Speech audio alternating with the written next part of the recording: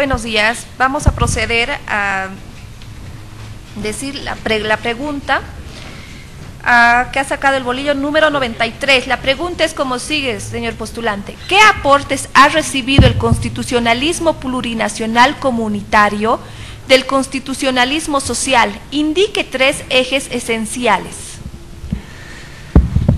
Muchas gracias. Buenos días, señores del Alto Tribunal, para la calificación. Quiero agradecerles por esta oportunidad que nos dan a los grupos que estamos inmiscuidos en las comunidades, que hemos prácticamente emergido a las comunidades. Como una respuesta de un eje principal que se ha recibido de los grupos sociales, uno de los ejes principales ha sido el apoyo para que nuestras organizaciones tengan un valor mayor frente a la actuación de la nueva Constitución Política del Estado.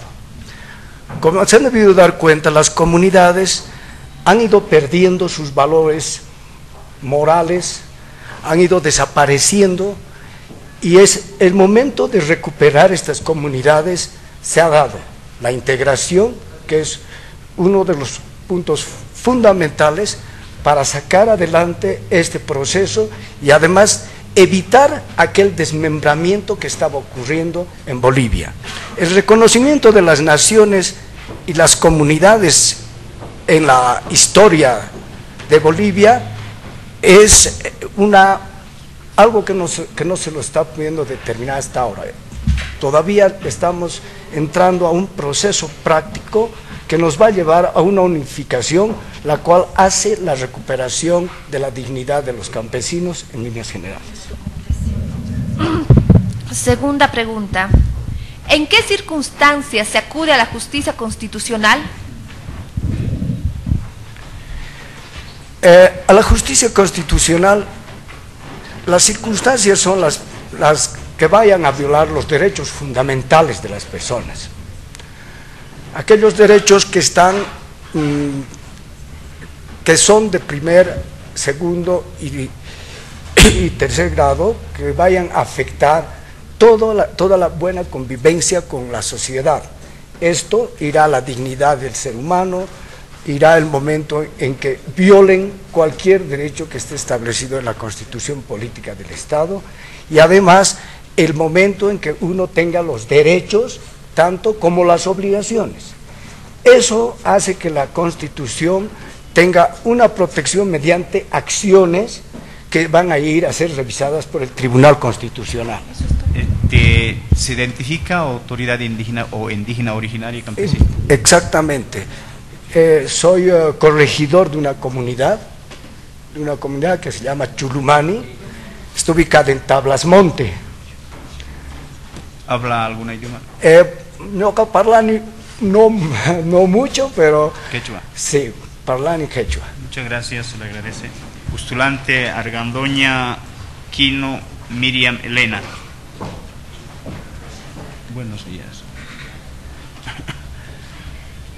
Si es que se identifica, puede hablar al final, ¿no? Señora. Bolos. Dos bolos.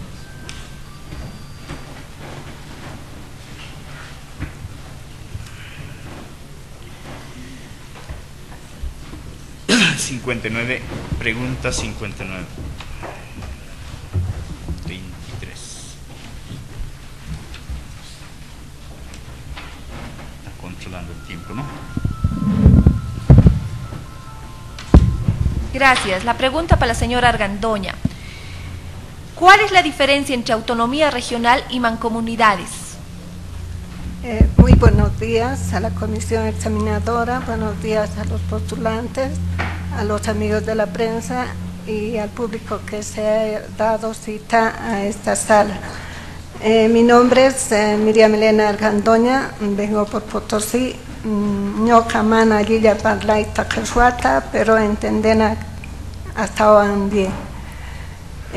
Respecto a la pregunta, yo le voy a pedir que me preste, lo voy a leer, por favor. Sí. Se la va a volver a leer. ¿Cuál es la diferencia entre autonomía regional y mancomunidades?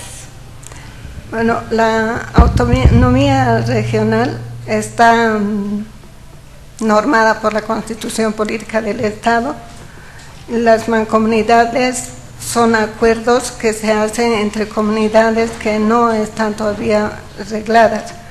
Las autonomías, de acuerdo a la Constitución Política del Estado, llegan a los departamentos, pero no así a las regiones. Las autonomías van a dar potestad a los departamentos para decidir sobre su administración, administrar sus propios recursos, tomar sus propias decisiones, establecer sus reglas de juego para el desarrollo de la región. Gracias. Vamos a la segunda pregunta, la número 23. ¿Existe algún cambio en la noción de soberanía en la Constitución actual? Le vuelvo a repetir. ¿Existe algún cambio en la noción de soberanía en la Constitución actual? Sí, la soberanía ahora se ejerce con más fuerza y podríamos decir que un acto de soberanía es la reivindicación marítima a la que no podemos renunciar y en la que debemos mantener el diálogo en cualquier instancia que ésta sea. Es decir, la soberanía estamos recuperando porque ciertamente teníamos muy bien anotado en la anterior Constitución también, pero pues habían como grupos militares de los Estados Unidos, por ejemplo, había mucha intromisión del exterior a nuestro país. Ahora ya no tenemos esa intromisión, vivimos, creo que nuestra soberanía, si no plena, pero al menos estamos en el camino de rescatar íntegramente la soberanía dentro de nuestro territorio, para nuestro territorio. Somos nosotros los que tomamos decisiones, somos nosotros los que planificamos las acciones que nos interesan. ¿No se identifica indígena originaria? No soy. Okay. Muchas gracias, señor. Muchas gracias. Bacarresa Morales Zenón Hugo.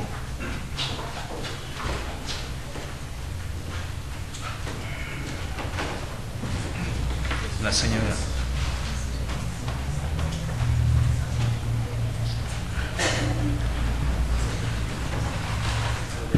Sí. Saque los bolos. Sí.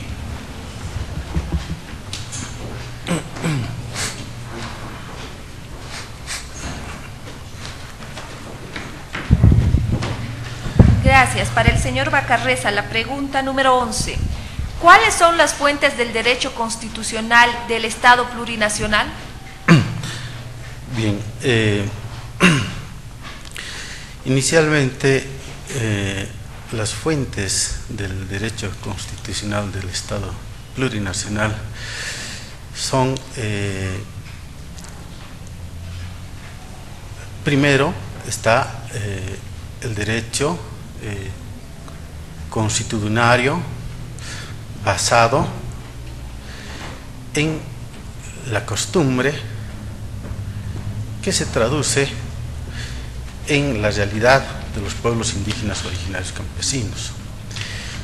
Las fuentes del Estado, del derecho constitucional del Estado plurinacional, prácticamente está en el derecho positivo también, que se traduce en las normas, las leyes del derecho internacional, de los derechos humanos,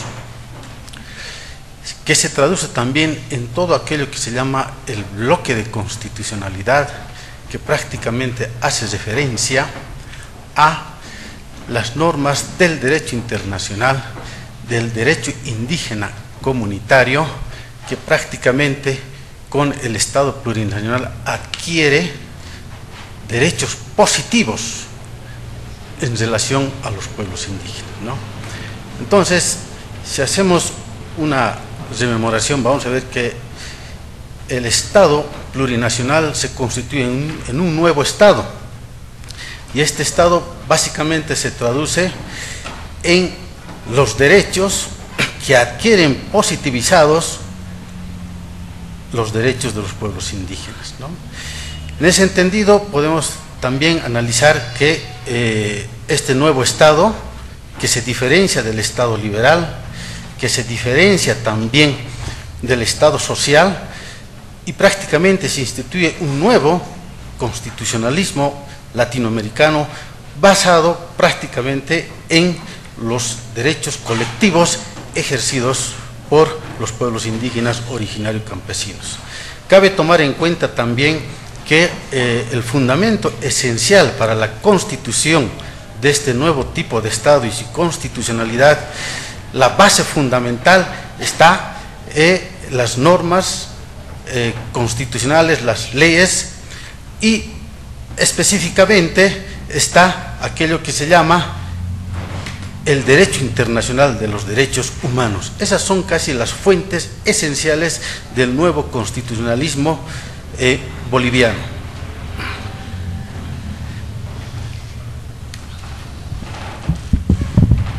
Gracias, señor Bacarreza. Procedemos a la segunda pregunta, la número 97.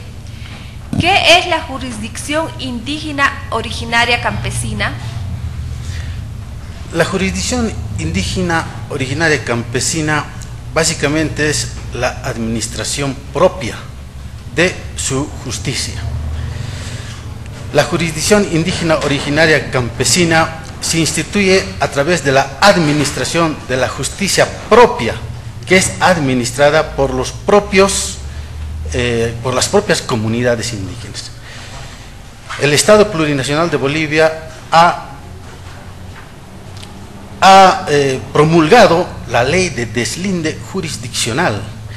Esa ley de deslinde jurisdiccional prácticamente establece una jurisdicción propia de administración de justicia en el ámbito material personal, que prácticamente las comunidades indígenas van a administrar su propia justicia. Pero ello no significa que van a administrar en forma aislada, sino que la administración de justicia indígena tiene que haber coordinación con la justicia ordinaria. En ese entendido, se debe tomar en cuenta que uno de los derechos tal vez más avanzados del constitucionalismo latinoamericano es prácticamente haber otorgado la justicia indígena originaria a los pueblos indígenas. Lo que quiere decir es que hoy en día ya los pueblos indígenas pueden administrar su propia justicia, lo que no había antes. Antes el Estado neoliberal reconocía simplemente a la justicia ordinaria. Si hacemos una rememoración prácticamente de la justicia en Bolivia, vamos a ver que el 40% prácticamente estaba imbuido en la justicia ordinaria y el 60% no llegaba a la justicia a los pueblos indígenas. En ese entendido, creemos nosotros que lo único que se ha hecho con esta ley de deslinde jurisdiccional es otorgar justicia a los pueblos indígenas originarios campesinos. Creemos que esta es una conquista histórica de los pueblos indígenas porque a lo largo de toda la etapa republicana prácticamente han sido aislados, no han sido tomados en cuenta. El Estado se ha desarrollado a espaldas de estas sociedades, de estas comunidades, y hoy en día creo que estos derechos de los pueblos indígenas, la justicia indígena, se han positivizado y son reconocidos por el Estado boliviano. De tal modo que se puede concluir diciendo que la jurisdicción indígena originaria campesina básicamente es la administración propia de su justicia a través de la elección de sus propias autoridades en base a sus propios procedimientos establecidos en la Constitución y en la ley de deslinde jurisdiccional. ¿Cómo se identifica? Me identifico, soy de la provincia de Loaiza, del departamento de La Paz, represento a los pueblos indígenas del Conamac. ¿Se autodefine autoridad indígena originaria? Soy miembro de una comunidad. ¿No se autodefine? Me autodefino. ¿Puede hablar en aymara, por favor? Nayaja, uka, palaray aymara, naya senon Bacarreza postular al Tribunal Constitucional Plurinacional. Muchas gracias.